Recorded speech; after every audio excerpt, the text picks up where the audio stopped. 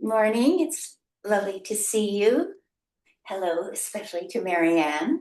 And I'm going to begin just sitting on the floor. And I have a blanket here. And I'm going to try something that was recommended to me by Judith Lassiter, who's a very old yogi who started, I think, the Iyengar Yoga Association in California about, I don't know, 50 years ago. And she suggests sitting on the triangle here, so that you are sitting with your, and you could have more than one blanket. In fact, she has two or three, and you're sitting here so that your pelvis is located a little bit differently than ordinary, so that your pelvis is moving down. And this is, I've been studying her version of the psoas and the muscles around the psoas, and that's the muscle that it has to do with your pelvis, and it hooks onto your femur, and it is the author of many aches and pains potentially. So here we're just feeling that the pelvic bone is moving down here. So we're tilted a little bit forward. And I have my feet turned up. So I'm in butterfly, not in Baddha Konasana. This is a yin pose, butterfly.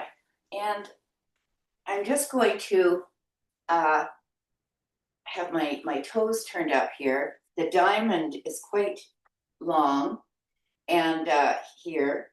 And you can have blocks under here if it's too uncomfortable. And we're just going to, first of all, maybe have just a moment of breathing and of quiet. And we know that through the Yoga Sutras, the yoga asanas, the practice has to do with, and according to the sutras, it's not really about the shapes or the movement. It's really about the stillness, that working with our asanas, the shapes that we take, is intended to help us find a place of genuine ease and stillness. So let's try and find that ease and stillness right now. So you might want to settle your body in a way that if this feels terribly uncomfortable, then just sit in an easy pose. You find, or sit with your feet out, or sit in a chair. You do whatever makes you feel good. All right. And this is your body, so you are authoring your own pleasure and happiness in this practice. And you know your body best. So I'm just inhaling and exhaling. Inhaling and exhaling. Inhaling and exhaling. Inhaling and exhaling.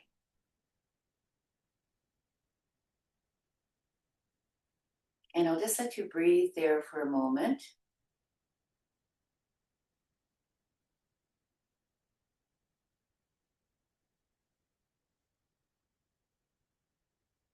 Finding that stillness.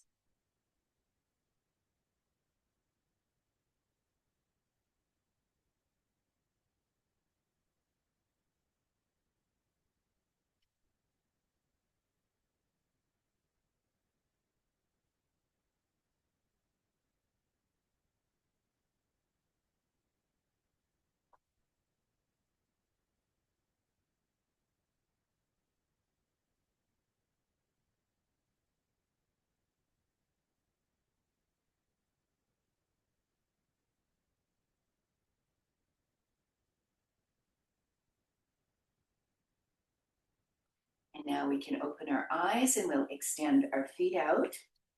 And I'm going to move this back a bit so that you can see my whole body kind of stuck here, I think. There we go. There. And I'm going to, Ruby, come on, come to your bed. Come on. There you go. All right, sorry about that.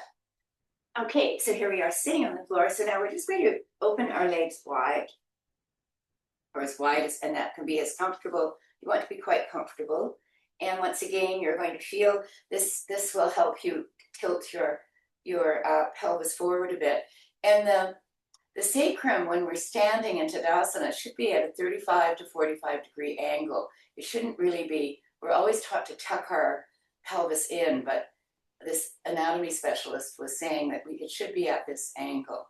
So I'm learning all about about the body again, having learned about it before. It's a never-ending process. I'm just going to draw my hands down my legs slightly, and I'm just tilting forward with a straight back.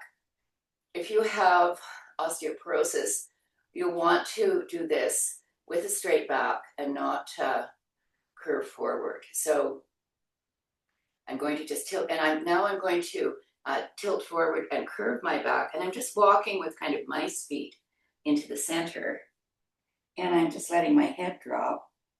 And now I'm walking over to your left, and so I would be holding on to, depending on where I am, and I'm drawing myself down to wherever I can reach.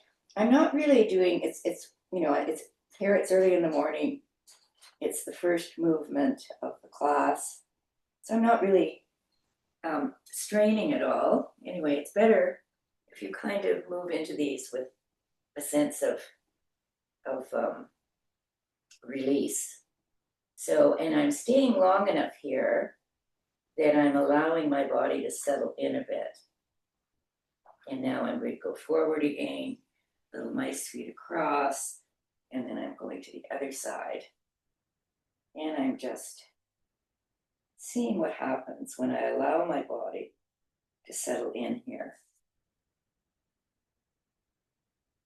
It's interesting how each time we move to a side and settle and release, we'll find ourselves moving not just down, but also toward the feet. So you should feel that the crown of your head is moving forward as well as you're going down. And we'll just go back and forth a few more times. This is just loosening us up and finding a sense of ease in the pose. Now, if it's painful, then you should, of course, come out of it. If it's uncomfortable, then you can come up a bit and do it further up. And then you might settle down a little bit closer to that discomfort, and see if you can challenge yourself slightly to move a little bit further. So yoga is a combination of ease and of sukha and sthira, which is kind of strength and discipline and ease and sweetness. All right, so good. Now we can come up and let's bring our feet together and just come forward here. And here I'm just going to, we could be using a strap, but I'm just going to slide my hands down my shin with a straight back, see how far I go, and just kind of hang out here, feeling a little bit of a pull from that magnanimous puppeteer that's pulling my crown chakra to really lengthen my spine, even as I am tilting forward with straight back. And now I'm going to tilt over here, and I'm going to just hang out here for a moment. And I'm just relaxing my torso, but I'm also kind of feeling a lengthening of my spine as I'm here. I'm once again working to think about that crown chakra moving towards my toes. And now I'm going to come up. Good. And I'm going to put my hands behind me. My fingers are facing out. And I'm just going to sit here, sitting up, and then I'm going to lift my chest up, pressing into my hands and feeling that opening in my back. It's a lovely feeling. Opening in my shoulder. And now I'm going to sit up. I'm going to take my arms, wrap them around my shoulders, crawl my fingers towards my spine, and then I'm bending my elbows, bringing the backs of my hands together, and then the fronts. And here I can really deepen the movement. And you might be here in Tadasana, or you could be here in easy pose. So I'm here. I'm just going to lift my elbows up and draw my arms forward to deepen the stretch here. And once again, I'm feeling that I am in line, that my ears are above my shoulders and my shoulders are above my hips. And now I'm opening my arms out again, and I'm going to just shake them out a little. And then I'm going to bring them in with the other arm underneath, and I'm just going to work with my shoulders a little bit more. And once again, I'll do on the opposite side exactly the same thing. And I'm breathing here, feeling my breath, especially, well, it can be all around my chest. So in my back body, my side body, my front body. Good. And now opening out.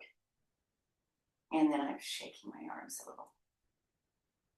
Good. All right. Very nice. I'm shaking my shoulders out. And I'm going to just do my finger mobility movements here. This is good for my arthritic fingers. And it might be good for you if you spend a lot of time as a desk warrior on a keyboard. So I'm really just moving my fingers around. Now I'm going to make a fist with the thumb inside. I'm pressing really hard with that, on that thumb, really pressing hard. And then I'm stretching my fingers out, and I'm really stretching them out with a lot of strength. I'm not stretching my thumbs out too far down. That can be not great for your thumb. So I'm stretching everything out. All right, good. And now I'm going to make a fist, and I'm stretching out again. And this is my flick off. The world is a complete and total mess every time I open the news. It's just so grotesque. So anyway, in my 74 years, I think there have been other worse times, but maybe not. So I'm just flicking off all those worries. And we all have personal worries. People we know are very ill. You know, our dog died. Our house burned down. Terrible things happen, but just flick them all off. This is what yoga is for. It is that imaginary space of intention where we can imagine a space of real openness, real surrender to the moment, the present moment, with a sense of release and even of joy. And I'm just shaking my hands out. And that moment of release and joy, or let's just say of ease, is a moment that we can come back to during our day if we experience it in our yoga class. All right, so I'm just going to work with my neck slightly here. And my neck is a source of issues for me. I don't know whether it is for you. So I'm quite gentle in my movements here. I'm just looking over my shoulder. And now I'm going to nod my head to one side and then to the other. And one side is easier than the other because I have bone spurs in my neck, so I have to be quite cautious. You may have a perfectly healthy neck, in which case this will just be easeful for you, and it's a good thing to do because we often get our neck bound up walking with our head jutting forward or sitting at a computer with our head forward. So let's just think about also, so when I'm walking, I often walk like this. And so I always have to remind myself to draw my chin back slightly. So that's something for you to think about. Now we're going to look at our nose. This is an eye exercise. We're going to drop our chin to the chest. We're looking at between the eyebrows, our third eye, and then we're lifting our chin up. We're looking at our nose, and then down again, looking at our third eye, and then up, looking at our nose, and down, third eye, and up, looking at our nose. Good. And down, and up. Good. All right. Very nice. So I'm feeling quite good. I'm going to just rotate my neck down and to the side one more time.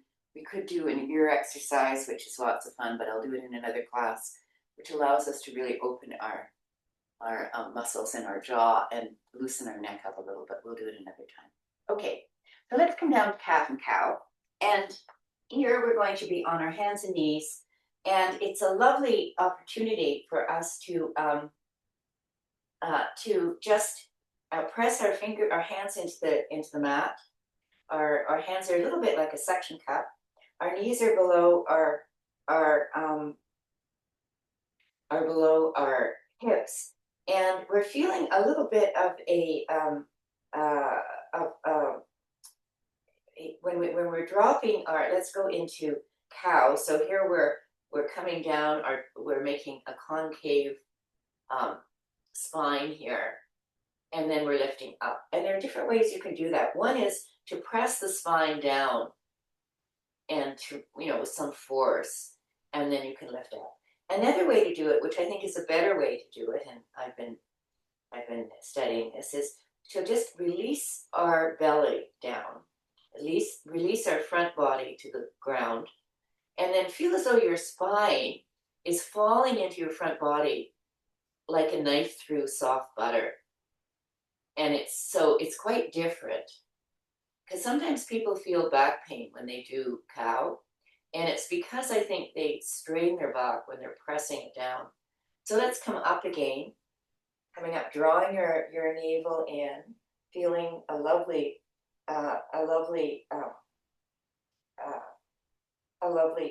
arc in your spine, and then let's just let your body, your front body settle towards the ground, and then your spine settle into that front body like a knife through soft butter. I love that image. And let's lift up again, exhaling, and then inhale, and let that front body just settle towards the floor and the spine fall into it. Good. And then up again, exhaling, and then inhaling and exhaling and inhaling.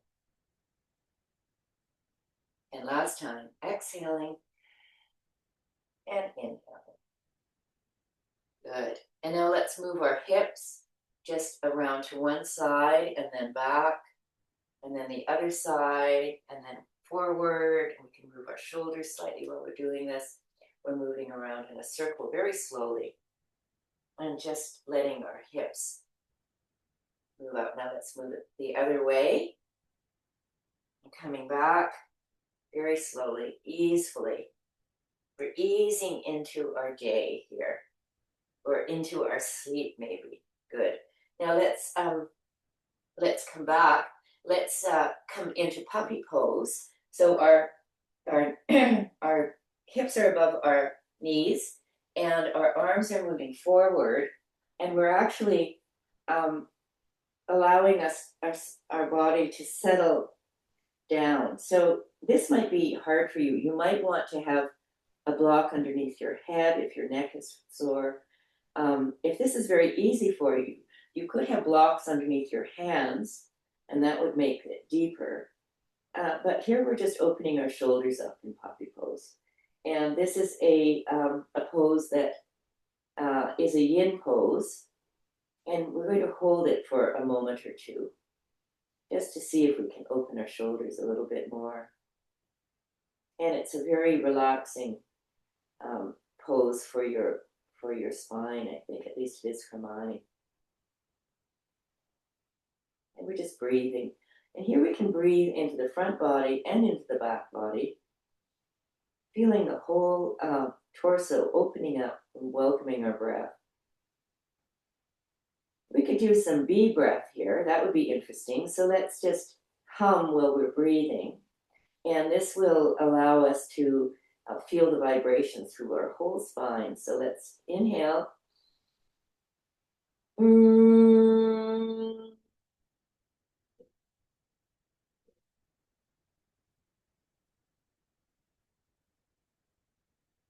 And then inhale.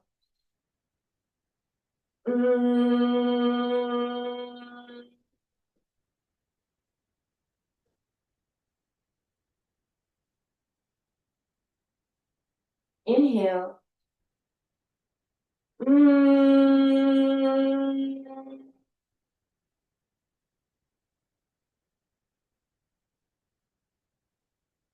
Good. All right. That's enough of that. Let's come back. And let's just widen our feet, our knees out and come back and into towards child's pose. And here you'll want to, I'm just going to make a pillow with my hands and put my forehead down. You could also have your arms out, or you could have them behind you. You could have them like this, or you could have them like this.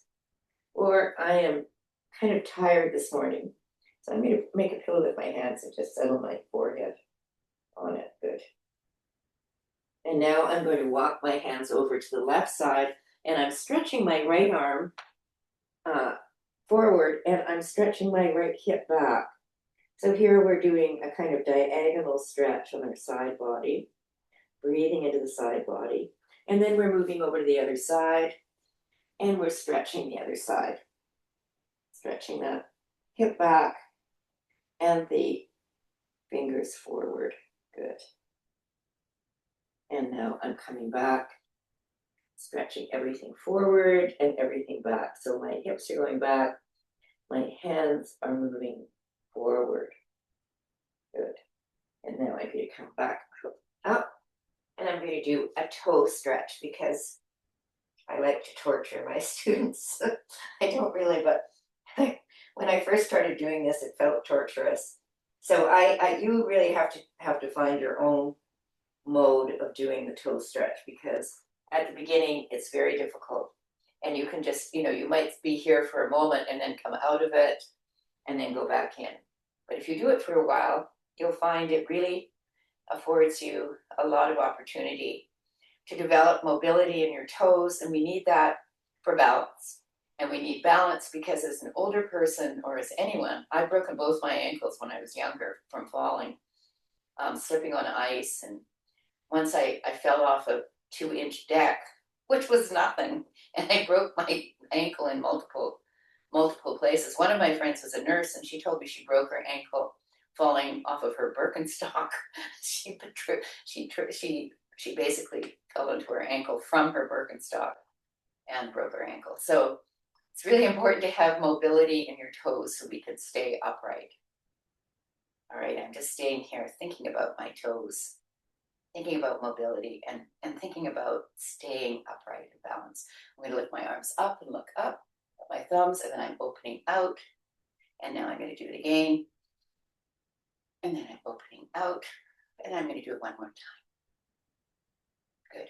And opening out. And now I'm coming back. I'm going to let those lovely toes feel revived by slapping the tops of my feet on the ground. Very nice. Now I'm going to come back into, now I have extra padding here, which helps, but this part I really don't like at all, and I'm not good at it, and I don't do it for very long, but I tip back, and you stretch out the fronts of your feet there. And I find this torturous, so I'm not going to stay too long, but I do it anyway. And I'm breathing here, hopefully trying to stay alive. Now I'm coming down. Oh, okay, good. All right, so let's, now we've done that, I think we've done quite a bit of work on our shoulders, so we won't do more shoulder work. I'm just going to come back into downward dog, but I'm going to come back into it with bent knees, and I'm pressing into my belly into my thighs, and I'm not really too far enough back probably, but pressing my belly into my thighs. And now I'm going to straighten my legs, but I'm going to try to keep my belly on my thighs. And I'm pressing the heels towards the floor, pressing my knees back. So that's a lovely way to come into downward dog, because it does help you go a little bit deeper. So let's bend our knees again, and then straighten our knees up, and our tailbone is kind of moving up as we straighten our legs. And if you like, now that you're up in your downward dog with your hips up, you can tilt your pelvis down slightly, and you'll notice that your feet will come down, your heels will come down a little further. And here I'm pressing my calves back. I don't have a problem with overextension. If you have a problem with overextension, you have to worry about overextending your knees, but most people don't have that problem, and we can press the thighs back, press the calves back, and feel really a sense of the powerful stretch that this downward dog is. Good. And now let's lift our left leg up, point the toe, bend the knee, bring it into the center, exhaling, and then extend it back and up. And then exhale to the opposite elbow and extend it back and up. Exhale to the same elbow and extend it back and up. And now we're going to bend that knee, drop it to the heel towards your glute, and feel as though you could imagine that your knee is above your hip of the standing leg. All right, good. And now we're going to stretch that leg back up, bring the knee in, and bring it forward into your lunge here. So we're just going to we're going to be in a lunge with 90 degrees in the front foot, 90 degrees in the back foot. And now we're going to come forward, and then we're going to come back, and we're going to extend that heel out, and then we're going to come forward again. So you might have to readjust your feet. So here we are working with the hip flexor on the back leg, the front hip flexor. And this is helpful for our back, for every part of our body. We spend so much time sitting that hip flexor gets very tight, and it's useful to stretch it out. And this forward movement with our heel, you could draw your foot back if you like, is good for your hamstring. So this is a very interesting one. So, and we can use our arms here. So let's come down here with and we'll have our arms up, and then come back with our heel up, and come forward, inhaling, and then exhaling back. And forward, and back. Inhaling up, and exhaling back. Inhaling up, and exhaling back. Good. And now let's place our hands at our framing our foot, and then bring our foot back and go back into downward dog for a moment. We can pedal our feet out here. This is helping us with our hamstrings, especially our calves, the muscles going through our calf, which can get very tight. Then we can come up on our toes, bend our knees, and then pedal our feet. We can let our head go. We're rotating our upper arms out here. Let's just stay here in the stillness and breathe.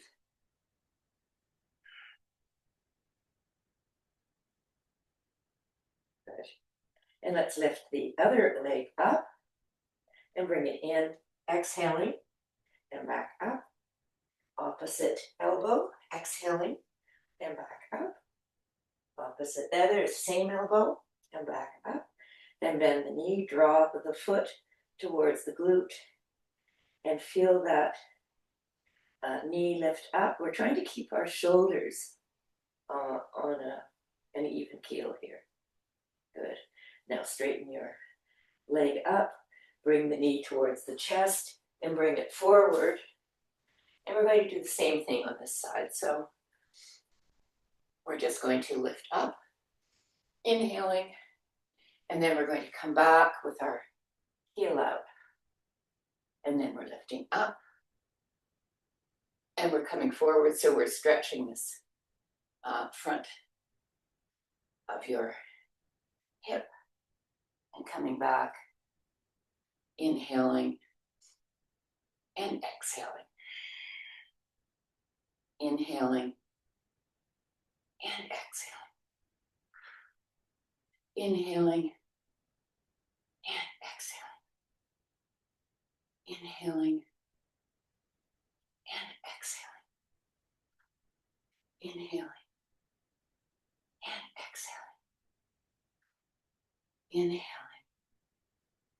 and exhaling. Good. Now let's just frame that front foot and draw the back foot towards the front. And now we're dangling here.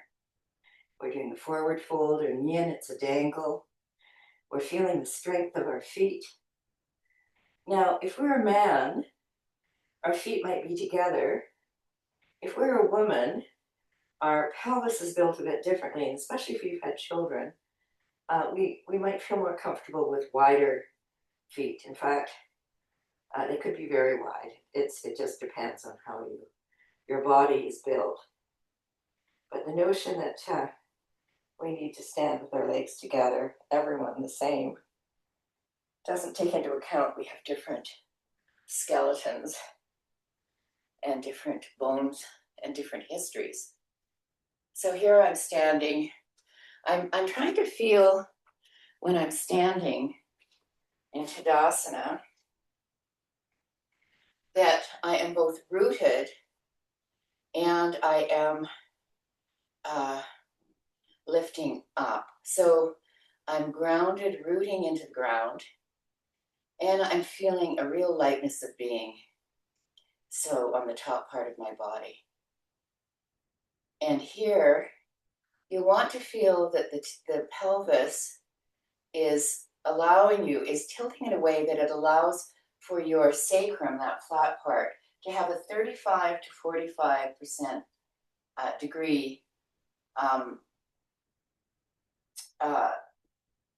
tilt. So you're not flattening it down in some artificial way, so that you're allowing yourself to have that natural curve, because our body really is very intelligent and teaches us a lot. And we sort of try and wreck it from the time we're a child until we're an adult. And we want to honor the fact that we do have these curves in our spine.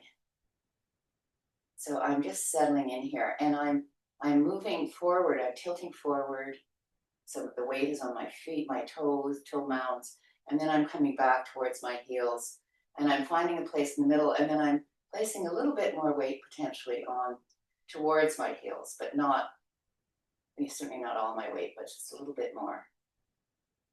And here I am finding a sense of release, even in standing. We've done some spinal mobility. We've loosened our hips a little and some of the muscles around our hips. And we should feel a sense of calmness. Our shoulders should be relaxed. Our chest, our breastbone is, and our collarbone is lifting up slightly, because the shoulder blades are moving down the back here. Our shoulders are open. Our chest is open. And I'm just going to end the class here, standing in Tadasana, in stillness, and reminding us that we can simply find this space anytime during the day. And we can do some of those movements anytime during the day.